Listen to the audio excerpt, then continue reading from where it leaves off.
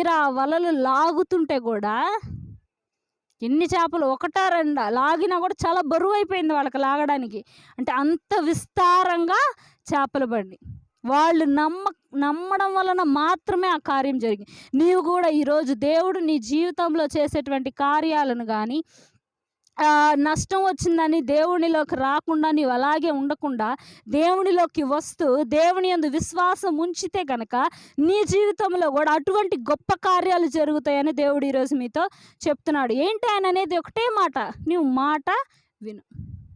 అంతే. ఏం చెప్తున్నాడు దేవుడు? ఏం మాటలు? ఆయన యందు పాపం లేకుండా విరిగి నలిగినటువంటి హృదయముతో నీవుండు. ఆయన మాట వినుటలోనే ప్రతి కార్యము ఉంది. ఈరోజు నీ యొక్క జీవితంలో మేలులు జరగట్లేదు అనటానికి కూడా కారణం ఏంటి? నీవు ఈరోజు దేవుని మాట వినటం లేదేమో.